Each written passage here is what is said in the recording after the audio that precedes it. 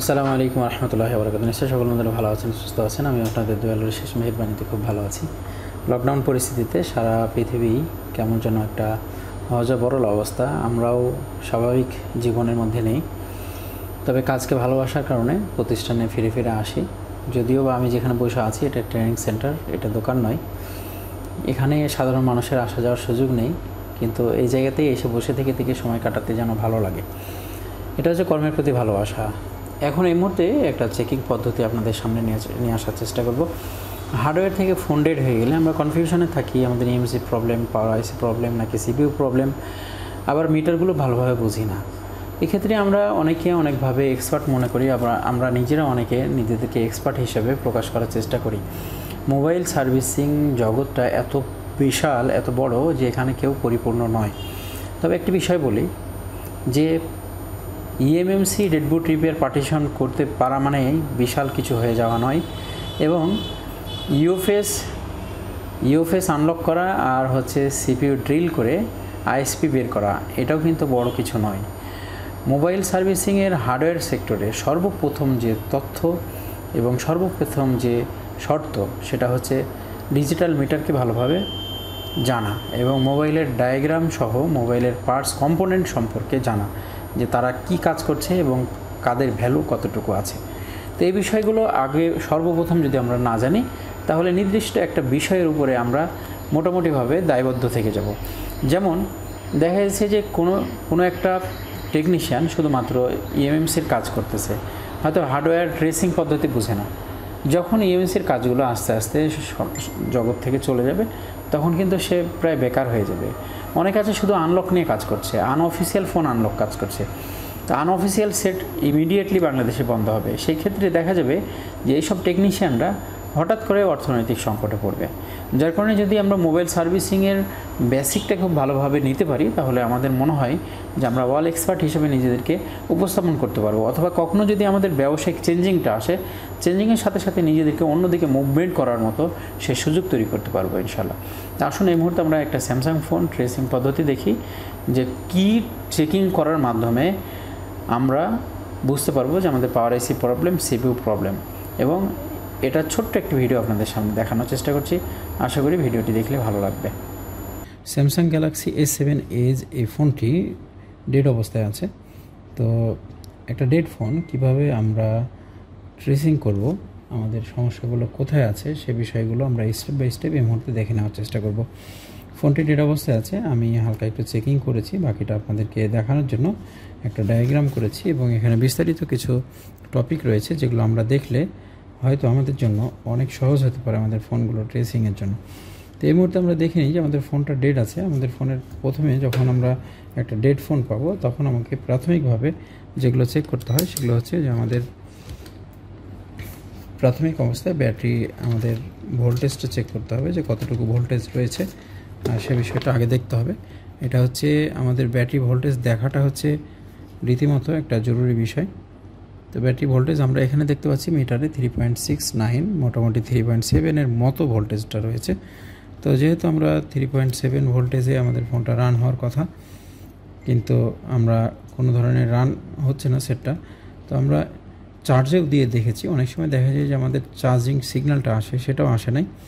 এবং আমাদের প্রাথমিকভাবে এটা দেখার ব্যাপার আছে যে ফোনগুলো যে ডিসপ্লেটা আছে, ডিসপ্লেটা অ্যামোলেড ডিসপ্লেগুলো সাধারণত ড্যামেজ হলে তখন ডিসপ্লে কোনো ধরনের সিমটম দেখা দেয় না, ডিসপ্লেতে কোনো লাইট আসে না, গ্রাফিক্স আসে না, সেক্ষেত্রেও কিন্তু ডিসপ্লে চেকিংয়ের ব্যাপার থাকে।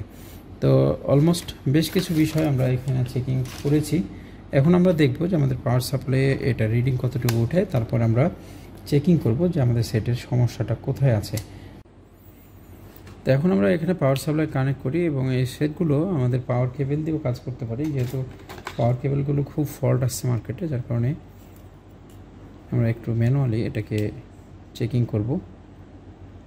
এখানে আমরা আর পাওয়ার কি আমরা এখানে রেখেছি।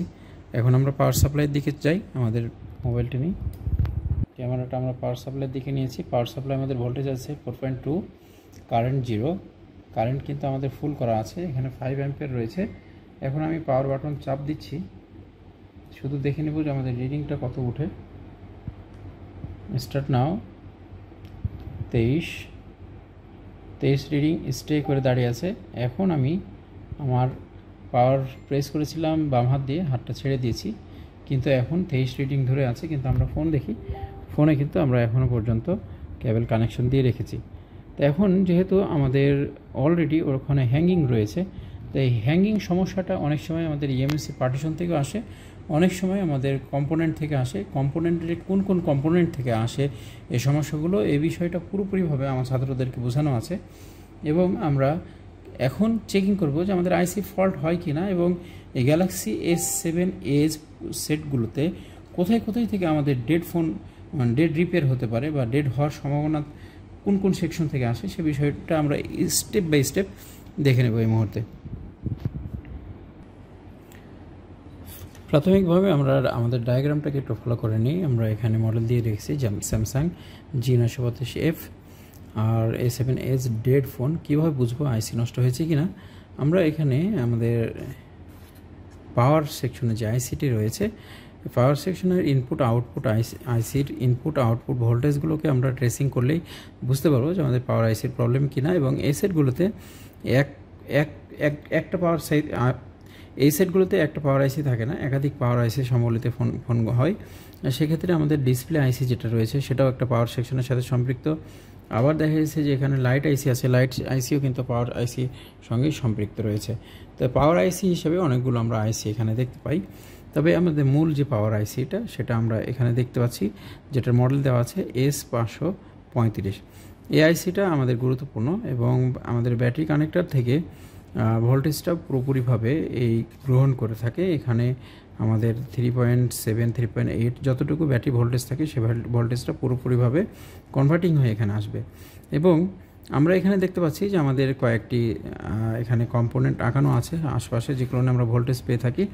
সেক্ষেত্রে আমরা এখানে একটা দেখতে পাচ্ছি যে আমাদের কয়েল, এবং এই কয়েলটিতে আমাদের 0.8 ভোল্টেজ থাকবে, এবং এটা হচ্ছে আউটপুট ভোল্টেজ। আউটপুট ভোল্টেজের মধ্যে এখানে আছে আমাদের আরও একটি কয়েল, যেখানে আমাদের থাকবে হচ্ছে 0.8 ভোল্টেজ। এবং এখানে আমরা একটা ক্যাপাসিটার দেখতে পাচ্ছি, এই ক্যাপাসিটারটা কিন্তু আমাদের আউটপুট ভোল্টেজের ওয়েতে আছে, এবং এই আউটপুট এখানে ভোল্টেজ দেবে হচ্ছে 0.8 ভোল্ট। এবং এখানে আমাদের আউটপুট একটা SMD কয়েল রয়েছে, এটা হচ্ছে 0.8 ভোল্ট। এরপরে আমরা আসি দেখি, এখানে আরও একটি কয়েল রয়েছে যেটা হচ্ছে 0.8 ভোল্টেজ থাকবে এখানে। এবং আমরা এখানে আরও একটি SMD কয়েল দেখতে পাচ্ছি যেটা হচ্ছে আউটপুট এরিয়াতে আছে, এটা হচ্ছে 1.8 ভোল্ট। এবং এখানে আরও একটি কয়েল রয়েছে, এখানে 1.8 ভোল্ট থাকবে। এরপরে আমরা এখানে চলে আসি সরাসরি, এখানে আর একটা হচ্ছে SMD কয়েল রয়েছে, এই কয়েলটি আমরা দেখতে পাচ্ছি যে 1.8 ভোল্ট থাকবে। এবং এখানে একটি কয়েল রয়েছে, এখানে আছে 1.3 ভোল্ট। এতগুলো মেজারমেন্ট করার পরে এখানে আমরা দেখতে পাচ্ছি আরও একটি কয়েল যেখানে আছে 1.1 ভোল্টেজ। এবং এই ভোল্টেজগুলো যদি যথাযথ থাকে তাহলে বুঝতে পারবো যে আমাদের পাওয়ার আইসি ঠিক রয়েছে। আর আউটপুটের কি হিস্টোরি কি দেখা গেছে যে আপনার ব্যাটারিতে 3.7 বা 8 ভোল্ট আছে বা 4 ভোল্ট আছে, 4 ভোল্ট ঢুকবে, ঢোকার পরে যখন পাওয়ার আইসিটা ওকে থাকবে তখন এই আউটপুট ভোল্টেজগুলো সঠিকভাবে আপনাকে সাবমিট করবে। যদি দেখা যায় যে কখনো কোনো একটা কম্পোনেন্টে দেখা যাচ্ছে এখানে আমরা 1.1 জায়গায় কম ভোল্টেজ পাচ্ছি, তাহলে বুঝতে হবে যে আউটপুটটা হচ্ছে না, অতএব আমাদের পাওয়ার আইসিটা ফল্ট রয়েছে। আর এই যদি পাওয়ার আইসি ফল্ট হয় তাহলে আমাদেরকে নেক্সট যে হিস্টোরি রয়েছে সেটা হচ্ছে আমাদেরকে চলে যেতে হবে ক্রিস্টালের দিকে। তো আমরা এখন পাওয়ার সেকশনটা ভালোভাবে চেক করব ইনশাআল্লাহ। এই মুহূর্তে আমাদের ফোন আছে, আমরা ট্রেসিং করব। ট্রেসিং করার সময় আমাদেরকে ব্যাটারিটা অবশ্যই কানেক্ট করতে হবে। ব্যাটারি কানেক্ট করে তারপরে আমরা যখন পাওয়ার বাটন চাপ দিব তখন আমাদের ভোল্টেজটা আউটপুট হবে, তার আগে কিন্তু আউটপুট হবে না। পাওয়ার বাটন প্রেস করার পরে ভোল্টেজটা আউটপুট হবে। তাহলে আমরা এখন মিটার দিকে চলে যাই এবং আমরা এখানে দেখে নিই ট্রেসিং করে। মিটারটা একটু ফলো করতে হবে ভালোভাবে। দেখতে পাচ্ছি যে আমরা এখানে আমাদের আইসি নাম্বার আছে S535। আচ্ছা, আমরা এখন মিটার দিয়ে চেক করব। পাওয়ার বাটন চাপ দিতে হবে। এখানে আমরা দেখতে পাচ্ছি যে আমাদের পাওয়ার বাটন রয়েছে, পাওয়ার বাটনটা আমরা প্রেস করব।